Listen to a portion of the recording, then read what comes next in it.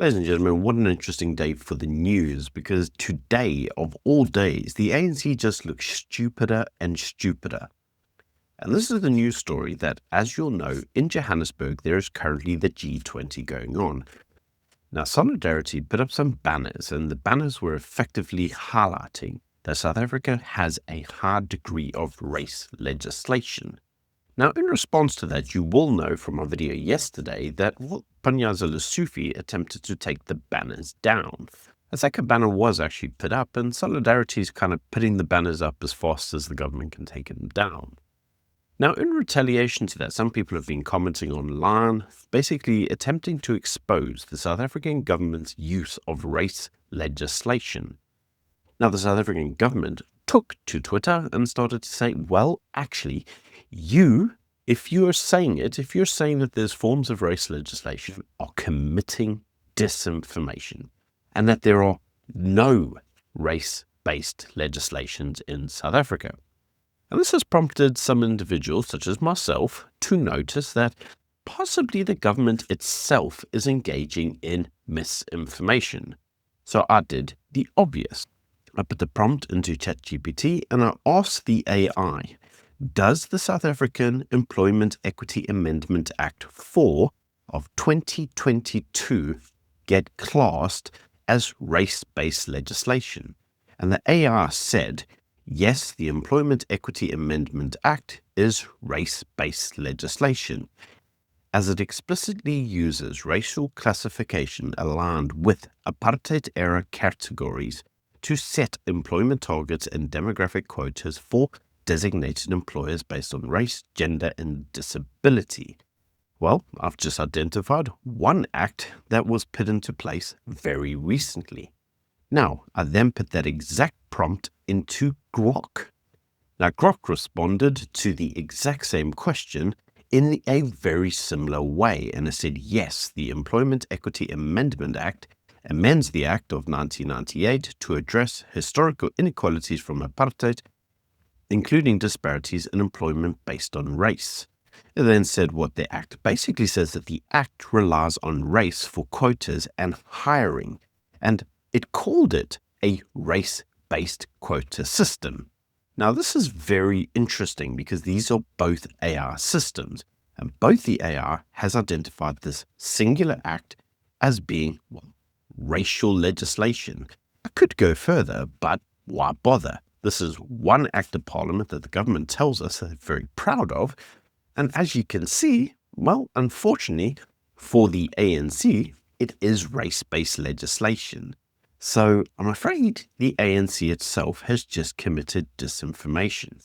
Now, before we go any further with the video of today, can I yet again remind you, if you haven't already, please subscribe to the channel. It really does help. And if you'd like to support the work that I do here, you're welcome to buy me a coffee. The link is in the description box below. Now, in a second piece of disinformation, you will recall that one of the key objectives that Donald Trump raised as being a problem with South Africa was actually around EWC, expropriation without compensation. And in response to that, the government put out numerous pieces of information basically debunking that EWC was a thing. Apparently, it's used all over the world and it's all done for all these legitimate reasons. And we heard all about how the EWC wasn't going to be misused in South Africa, Zimbabwe style. And according to them, it wasn't really a thing anyway. So, why worry? Well, the deputy president, remember the deputy president of the ANC, Paul Mashatile, has in parliament doubled down on EWC. And he says the ANC remains fully committed even though the constitutional amendment failed previously. So he says they are going to expropriate. Now, he claims that the current legislation, specifically the Expropriation Act, already allows the taking of land at nil compensation in the public interest. Now, the public interest is the actual definition that's caused problems, because what exactly is the public interest? Remember that the public interest will basically be whatever the ANC decides it will be at the time it wants to take the land. And we've already seen an example of that. Now, critics say that there has been slow progress, and by critics I mean people like the EFF and the MK party, who claim that the ANC should be expropriating wholesale and, screw everyone else. Now, Paul Mashatile has promised faster expropriation of land and property for farming and public good projects. So what exactly is a public good project? Well, we don't know. We never know. Now, the reason he's done this is because he faces pressure from the EFF and the MK party, who are accusing the ANC of selling out by using courts rather than a constitutional rewrite. Because according to the ANC, at this point in time, they couldn't actually amend the constitution, so they have to go through the legal system, and that takes time. Now, Paul Mashatile insisted that, and I quote, "Our people need land and we will provide them with land. We will not deviate." So we're told time and time again by the ANC, EWC is not a thing, confiscation of land is not a thing, but they're going to do it, and they have the means to, and they're going to do it because the people need land. And this doublespeak is exactly what Trump doesn't want to engage the ANC, because he understands full well that the ANC is just full of nonsense. It attempts to position itself globally in a very positive light, whilst nationally they don't really care. They just go full commie balls to the ward. And, well, Trump's kind of bored of it. He's not as stupid as the ANC attempts to believe that he is. Now, let's get on to the main news story of today, the really big news story. And this really is around the midterm budget. Because according to Gorongwana, he was going to present a budget that everybody thought would be a fiscal cliff, and he claims that actually he's got a miraculous turnaround. Now, Gorongwana presented what he classed as the most consequential midterm budget in years, whereby he announced 68 billion rands worth of improvements to the country's finances compared to earlier projections. Now, the turnaround came from three forces working together. The first was a SARS overperformance with an unexpected 19.7 billion rand revenue windfall. And this was apparently thanks due to stronger enforcement and audits. It was also, secondly, due to lower borrowing costs, because inflation, according to him, is under control. And the third were aggressive spending cuts targeting waste, duplication, and failing programs. Now, according to Gorongwana, Treasury and the SARB have jointly moved South Africa away from the old 3 to 6% band and replaced it with a formal 3% target for inflation. Now, according to the Reserve Bank governor, this was a big win because he had been arguing for years that South Africa needs a stricter target to break inflation expectations. So they've reduced the target from the old 6% band down to 3%.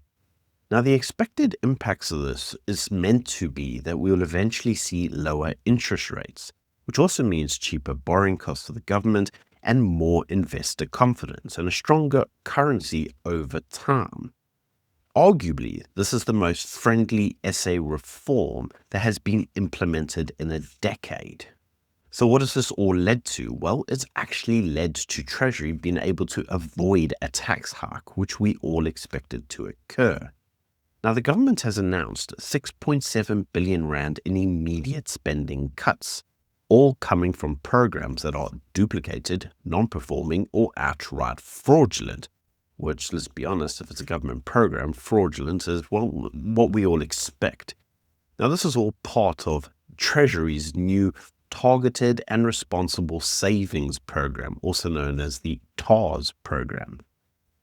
Now, the cuts include crushing, double-dipping, and fraud in the social grant system, which is going to amount to around 6.7 billion rand. I mean, that's serious cash. The intention is also to scale down the public transport network grant after Treasury found that some cities never built the system that they received money for, or had failed entirely to launch any bus rapid transport routes. They also intend to audit ghost workers in the public sector and push forward early retirement in order to shrink the public wage bill. Now, there's a reason they're doing that, and that is because globally, one of the reasons that South Africa's credit rating is so low is the public wage bill. Now, Treasury has warned that more programs will face the axe in 2026 and 2027 once deeper reviews are complete. Now, one of the big issues that were due to be discussed was around the cutting of the medical aid tax credits. Because according to the Department of Health, they had proposed phasing removal of tax credits, saying that they were going to target the wealthiest 1% of members. Now, the intention here was to redirect those tax credits to the NHI. But Gordon Guana's reaction to this was explosive. He labeled the plan an attack on the middle class, and he stressed that Treasury had not been consulted. He said the scrapping the credits would effectively punish the same taxpayers who are already carrying the state, and he warned that this would undermine the entire tax base.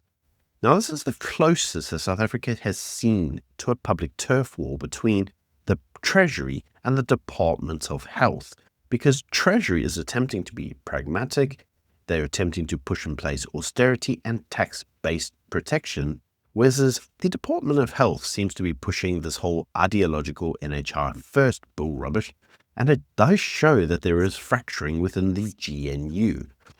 But what's more important to understand is that Enoch and Minister Moron are both ANC ministers, and yet here they are arguing over the budget.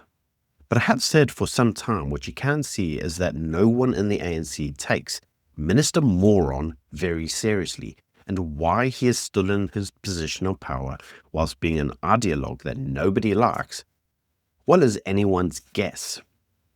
So what was the broader message from Treasury? Well, the broader message from Treasury was effectively that they are saving South Africa from the fiscal cliff, but only if politics doesn't sabotage them. Now, the budget narrative from Treasury stressed that South Africa was close to a debt crisis, but avoided that through better tax collection, lower inflation, and spending discipline. And according to Treasury, debt is stabilizing, there are no immediate tax increases, and unless other departments push expensive ideological projects forward without Treasury oversight, such as NHI, everything will be fine. So, Treasury won this round, but the NHI fight is far from over, because we still don't know how they intend to fund the entire thing, even though everybody's looking at the potential funding mechanisms and saying the same thing everybody knew was going to be the case from day one. We cannot afford it. So in summary, what exactly did the midterm budget say? Well, Treasury delivered a market-friendly budget. Apparently, they announced this historic lower inflation target. They had cut 6.7 billion of dead weight in government. They celebrated that 19.7 billion rand extra that SARS had got. Apparently, they had stabilized debt without raising taxes, and then publicly clashed with the health department over NHI. So that was basically the midterm budget. South Africa's finances have improved, but the coalition government is pulling in two directions. We have Treasury discipline, and we have the health department pushing for redistribution, because that's effectively what they want to do. So that's it. That was basically the budget. And this tension will define South Africa's economic policy for the next 12 months. So that's it, ladies and gentlemen. Do let me know what you think of the budget in the comment section below. And until tomorrow, bye.